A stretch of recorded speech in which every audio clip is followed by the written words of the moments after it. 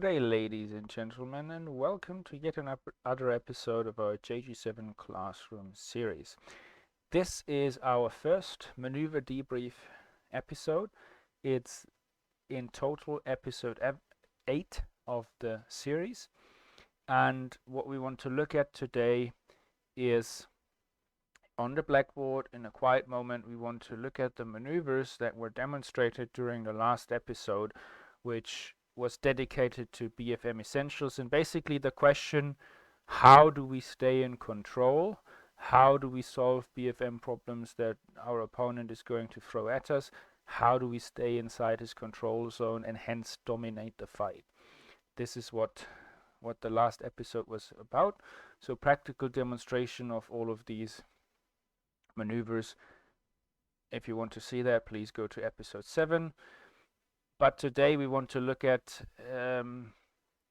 the situations that we saw in a quiet moment on the blackboard to get a good understanding what's happening.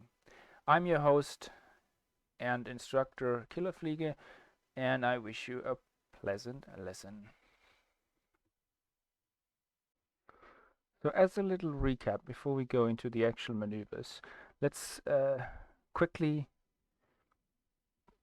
pulled those two principles back into our memories. First of all, we learned, and this is about the BFM assets, we learned that we want to stay energy efficient, or at best gain an energy advantage. And in order to stay energy efficient, we need to constantly convert potential energy into kinetic energy and vice versa. Or in other words, altitude into speed, speed into altitude. On the other hand, we want to achieve a positional advantage. The positional advantage we achieve when we stay behind the bandit's 9-3 line in the control zone. Okay, and all the maneuvering that we now do or look at on the whiteboard follow these two principles.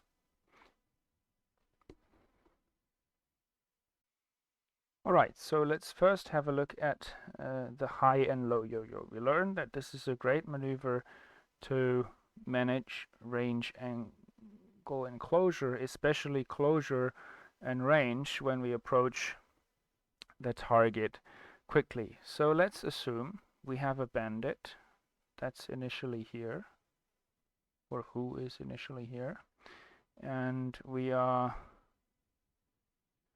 here on top slightly, and we want to engage him. It works as well if we are at the same altitude or whatever, but this is a general situation, and we start diving down on the bandit and hence gain some speed. So our speed goes up. Now, if he knows what he's doing and he wants to create a BFM problem for us, the typical reaction would be that the bandit turns or goes into a brake turn. For example, to the left here. Tight left turn, knowing that because we are increasing our speed, we might not be able to match that turn. Now, the options that we could have, or that we have in order to match that turn, well, we could try and slow down and try to match that turn, but obviously that goes against our energy conservation principle. So instead, what we can do when we see the bandit turning like this, what we can do is that we go up, and that's what we call a high yo-yo, and come back down at a flatter angle, less steep angle. Okay, so we convert our speed into altitude again, and hence we maintain our energy. And even if he tries to counter that, we still have an altitude advantage that we can use. Alright, now this can be done several times. Let's assume we attack here. He again goes into a tight brake turn. We can go again up into a yo-yo and come back down and engage the target. Okay, so you can fly a series of yo-yos every time you see that your closure rate increases too quickly and your range is getting dangerously close. then just pull into a yo-yo and you're good to go. Alright, so this is a high yo-yo. What you can often see is that when you perform a high yo-yo, let me see if I can pull this off, and the bandit keeps turning, that you lose, of course you increase your range. So in order to catch up on him, what you can do is perform what we call a low yo-yo. So you would dive down below his flight path to gain some speed and come back up when you are in a good position.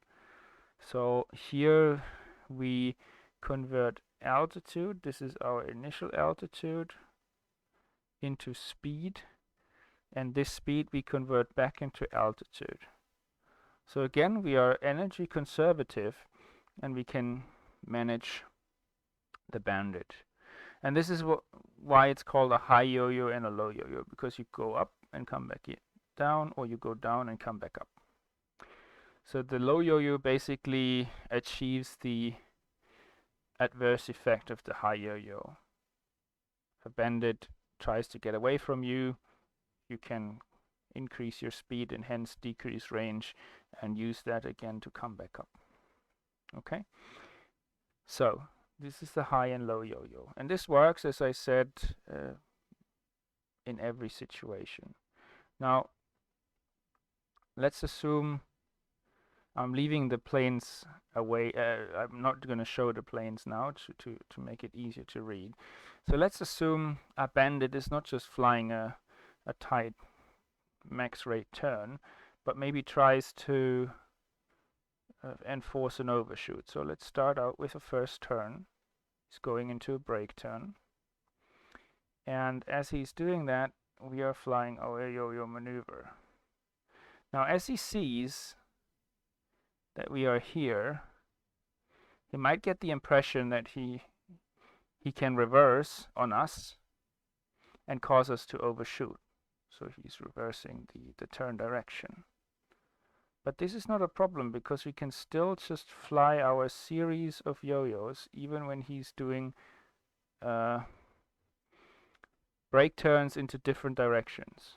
Okay, that still works. The goal is that we maintain our energy high, and that we do by flying yo-yos, high and low. Alright, an alternative to the yo-yo is our so-called barrel roll attack.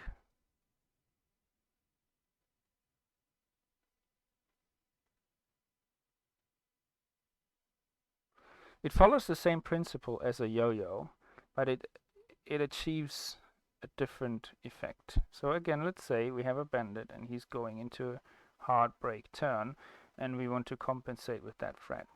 Maybe we come in not from direct 6 o'clock, but maybe from a little offset here initially, like this. Okay, whereas the bandit is initially here. Then when you will notice, as we go up and pull into a yo-yo, it might be quite difficult to maintain visual on the bandit, and it might also be quite difficult to keep the separation. So what you can do instead of flying a yo-yo is, again, barrel roll attack. So as the bandit keeps turning, alright, what we do at the same time is, as soon as we notice we're not going to make that turn, we're going to pull up, and now he's turning left, so we can perform a right hand barrel roll at the top of our climb there. And what that does is that it displaces us further to the outside of his flight path, and we can come in at a flatter angle. So we are flying a barrel roll here. It's a bit difficult to draw, but I hope you can see what I mean. And you saw it in the video anyway. The important thing is that the barrel roll goes into the against the direction of the turn. So left hand turn, right hand barrel roll, right hand turn, left hand barrel roll. And this happens naturally. You might think it's a bit confusing, but this happens naturally because the benefit of a barrel roll attack is also that you can maintain visual on the bandit much easier, because you basically have him in your canopy window or somewhere in your canopy, and then you just keep rolling around the bandit, so to speak, to maintain visual. Because if you fly a yo-yo at this stage, the bandit will surely disappear underneath your cowling, the nose, and you will lose visual for a second or two. And that might be problematic because, lose sight, lose fight, so you don't want that. So we can perform the barrel roll attack to do that, and to get further displacement to the outside, so we can come in at a flatter angle.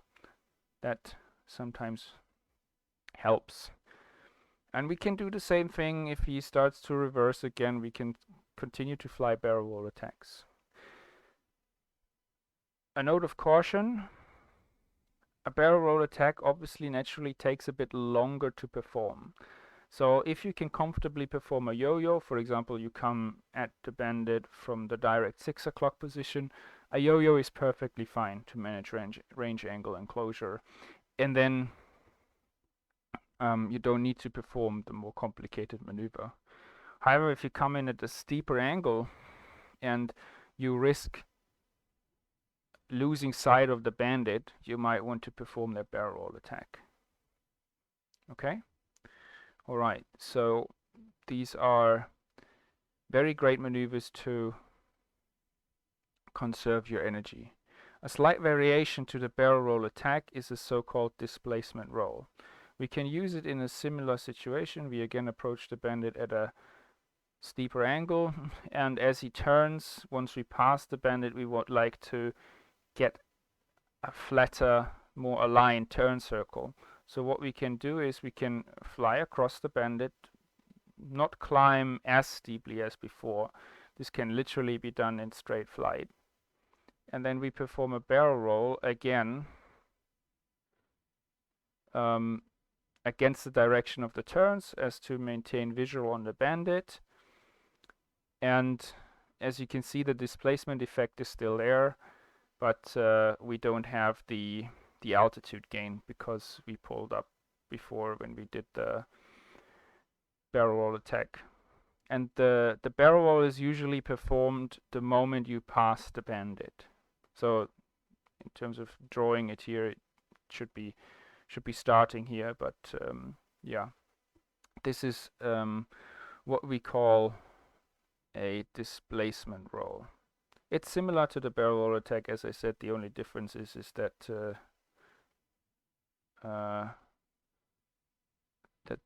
barrel roll attack goes up. So the barrel roll attack is basically a combination of a yo-yo and this displacement roll. Okay? So these are 3 great maneuvers that you can use to manage range, angle, and closure. And again, displacement roll is primarily used for angle management. Barrel roll attack and yo-yo are primarily used for closure management and range. All right. So how can we put this into practice? Again, you've seen this in episode 7, so I highly recommend you watch that, but I wanted to use this opportunity to visualize that for you. So, especially because bandits don't just, stay idle or go into a steady maneuvering. They usually, start maneuvering around, change directions, and so on and so forth. So, of course, a bandit's flight path as you're engaging might look something like this. All right, could be anything. And of course, your goal is trying to follow that energy efficient as energy efficient as possible, and staying inside the control zone of the bandit. So every time you face a situation where the bandit's turn cannot be matched because you have a faster speed, you can perform your yo-yo, come back down. Again, he's turning hard. You might have to fly a less aggressive yo-yo to stay in control, but still possible. and so on and so forth. So you could just fly a series of yo-yos, maybe even stay up here before you come back down here, and catch him off guard here. You might have lost a little bit of ground, so as soon as he sees you, he goes back into the brake turn. You've gained some energy, and you can still come back and or perform your yo-yo again. And that's basically all you can do, or not all you can do, but all you have to do in order to really give this defensive guy a hard time. So whenever you see that your range, angle, and closure are going to be a problem, just fly a yo-yo to preserve your energy. And it's very hard for the opponent to compensate for that. Same goes with a barrel roll attack. So that's that. I want to discuss a special case, however, which is when the bandit is not just maneuvering horizontally, which was what I demonstrated now, but what if the bandit flies or does something more vertically? For example, his reaction to you engaging him is a, whoops, wrong, why is this the wrong color? Is a split S. So this is a split S, purely vertical maneuver. Now, if you come in with a lot of speed, again, on the opponent, for instance, and he performs that split S, and you're trying to follow that split S, what is going to happen is that you're pretty much the same thing that happens during the horizontal. You need more room to fly that split S because you are faster, and that means you will overshoot the bandit, and he has an opportunity to reverse on you and get onto your 6 o'clock position. So the same principle basically applies when you fly against a vertically maneuvering bandit. That was applied with regards to a horizontally maneuvering bandit. You just have to think it's 90 degrees different. So what you can do in this situation when he's performing a split S, remember, you want to stay energy efficient. You're coming down, he's performing a split S. You can still go up in a slight yo-yo, and then you stay on top of him. You just fly a circle here, and as you can see, this is a horizontal circle. You gain some distance, and then you can dive down at a less steep angle and try your luck again. So when he goes vertically down, you can do this, and then he might start, maneuvering into your turn like this on a lower level, and then you can revert back to maneuvering with your yo-yos. Okay, but the same, as I said, it works the same way, both in the horizontal and in the vertical. So all you have to do is, as you see, he's going down, straight down in a split S, you can just maintain your altitude, stay behind him as you follow through your circle, and when he tries to get back up, you can strike. So an alternative situation could be let's draw the bandit out again. He dove down in a split S, okay, and now he's down low here, and you're circling around here on top of him. So he might try to come back up. But this is not a problem. He's lost some energy. He must climb back up, and that naturally means that he will get slow. So by the time he's coming back up, you can simply fly around your circle, and once you've lined him up again, you can engage. So this is how you can build your maneuver flow based on the situation, and you don't need to know how or specific maneuvers for this. Just keep those two principles in mind that we quickly rehearsed or repeated in the beginning of the lesson. Energy, efficiency, positional advantage, control zone, and energy conversion. Okay? If you keep these two things in mind, you can manage range, angle, and closure much better than you might be doing it right now, not having these principles present in your mind or being aware of them. And of course we could go through many different examples, but I just wanted to pick out some examples and to show you that you can vary your maneuvering but still applying the same principles, and you will still stay in control. Because if we draw this completely, it might look like he's gonna take our 6 there, but eventually he'll be slow and he will have to fall back down, or he's gonna have a slow turn, and that's when we can come back and strike. Okay, so be mindful of your energy and visualize the control zone. So just for good measure, let's see what happens if the bandit goes purely up. So he's down here, we are engaging him, and then he's trying to meet us by going vertically. We dive down to try and engage. Of course, this is a bit more difficult to handle because, you know, we both go up now, so he also converts a little bit of his energy into, or his speed into potential energy.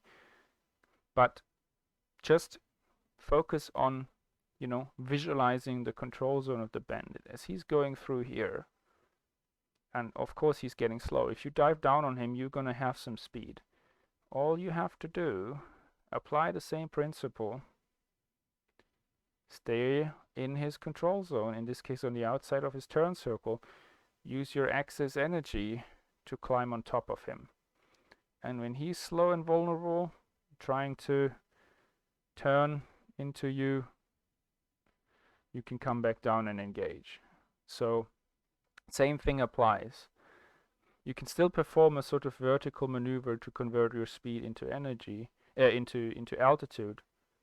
Simply visualize the control zone to not make the mistake of maybe trying to follow and cutting corners here and then give him an overshoot opportunity. That we don't want.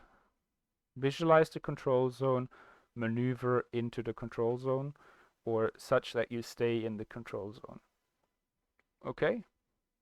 So that's all the examples that I wanted to go through. As you can see, it's quite different examples, but as already pointed out, if you keep those principles in mind, you can pretty much handle every situation, and then it's just a matter of practice and, you know, fostering your instinct to really build some sort of muscle memory for these two principles: energy conservatism or energy preservation, and positional advantage by flying and staying inside the control zone. All right, I hope you enjoyed this maneuver debrief. Let me know in the comments if that's a good format, if it's good to continue this the way we are doing it now. And yes, as always, I hope you enjoyed this lesson. I wish you a pleasant day, and last but not least, Killerfliege out.